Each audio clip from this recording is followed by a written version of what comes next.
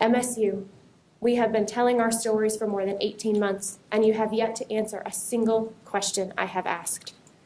Every time I repeat these facts about the number of women who reported to employees at MSU and were silenced, you respond the exact same way. You issue a press statement saying there was no cover-up because no one who heard the reports of assault believed that Larry was committing abuse. You play word games, saying you didn't know because no one believed. I know that. And the reason everyone who heard about Larry's abuse did not believe it is because they did not listen. They did not listen in 1997 or 1998 or 1999 or 2000 or 2004 or 2014. No one knew, according to your definition of know, because no one handled the reports of abuse properly. Victims were silenced, intimidated, repeatedly told it was medical treatment, and even forced to go back for continued sexual assault. You have stated in the motion to dismiss our civil suit that ironically is being heard right now in court as I am speaking, that the reports that were given in 1997, 98, 99, and 2000 to track coaches, head gymnastics coaches, and athletic trainers and supervisors don't, quote, count as notice because these teenagers didn't report it to the right official. The 14-year-old didn't go to the right person. You have stated that no reports of sexual assault count as notice unless it is reported to a person who is capable of firing the alleged perpetrator. This entirely contradicts the letter that President Simon sent to all 11,000 MSU employees in 2012, reminding them that MSU policy requires them to report any suspected child abuse and any allegations of sexual assault against someone at MSU. So MSU, which is it? Do your employees have a duty to protect children or not? It has been 18 months.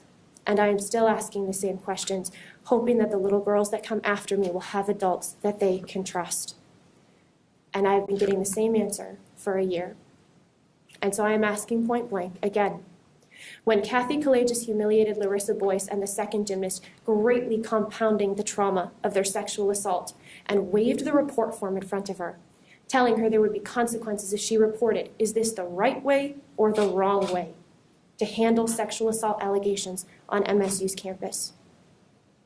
When Tiffany Thomas Lopez reported her abuse to athletic trainers and supervisors, and the trainers used the emotional pain Tiffany was in after her father's death to convince her it would be too exhausting and painful to bother filing a report, was it the right way or the wrong way to handle a report of sexual assault on MSU's campus?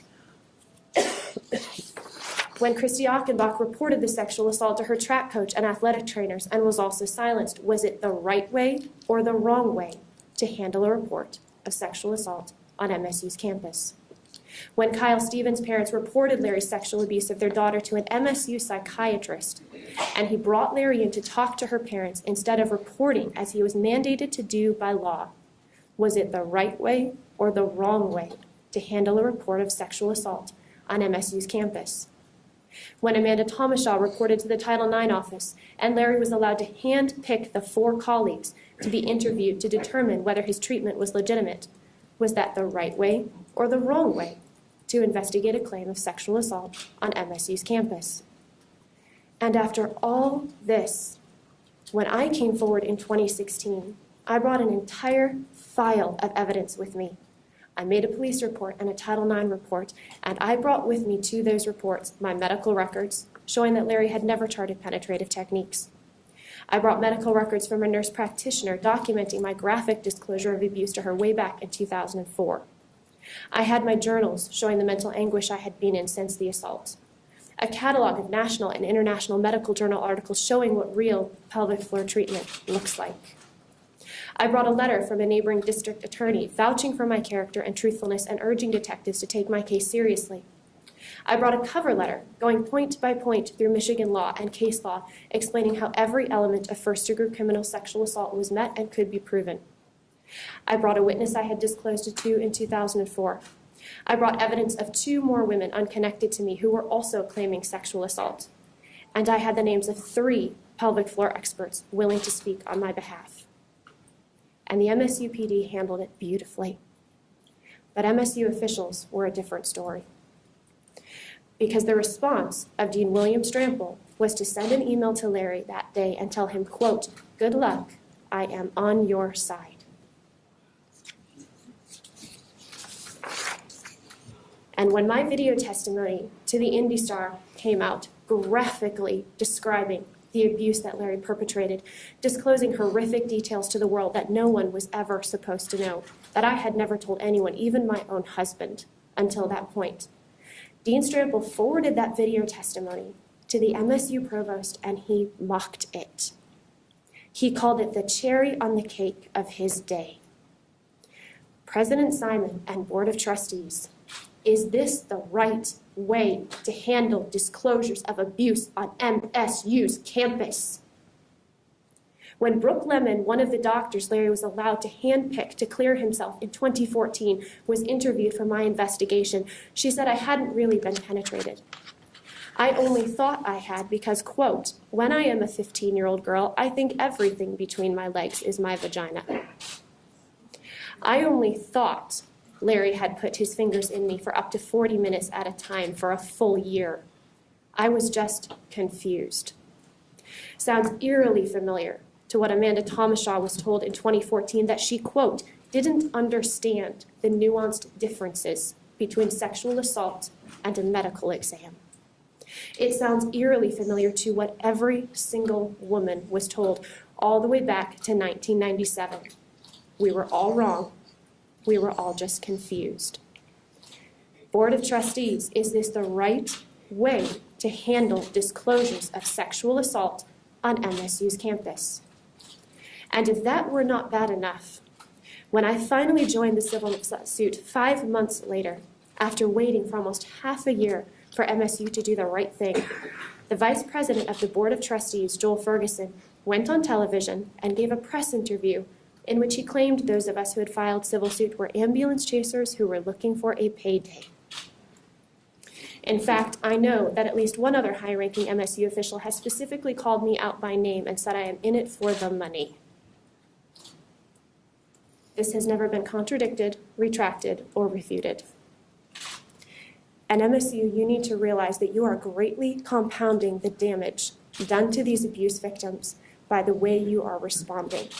This, what it took to get here, what we had to go through for our voices to be heard because of the responses of the adults in authority, has greatly compounded the damage we suffer, and it matters. We have waited 18 months to be told no, this is not how we handle this on MSU's campus. But instead, everyone has doubled down on the claim that nothing was done wrong. And the only conclusion that can be reached is that no one truly sees anything wrong with any of this. And that is terrifying. And it leaves me terrified for the little girls of the future, who we are here to protect. And because of this willful ignorance, victim silencing, and mishandling of sexual assault reports against Larry in 97, 98, and 99, I walked through Larry's door in 2000 and never walked out the same. Not long after I stopped seeing Larry, I transitioned from athlete to coach. And every day that I nurtured those baby gymnasts, I wondered if any of them would find their way into his exam room. When one of my little girls was finally referred to him, I took a chance and I spoke up. And I was kindly cautioned for my own sake to remain silent. My little baby gymnast was sent to Larry before I even knew a decision had been made to do so. Her family moved away almost immediately thereafter, and I wept for that little girl, and I prayed to God that she was under the age range that Larry preferred. She was 7. But when I filed my police report, Kyle Stevens came forward, and she was 6, a year younger than my little girl. And I cried in my kitchen, and I don't know yet if that little girl walked out the same that she walked in.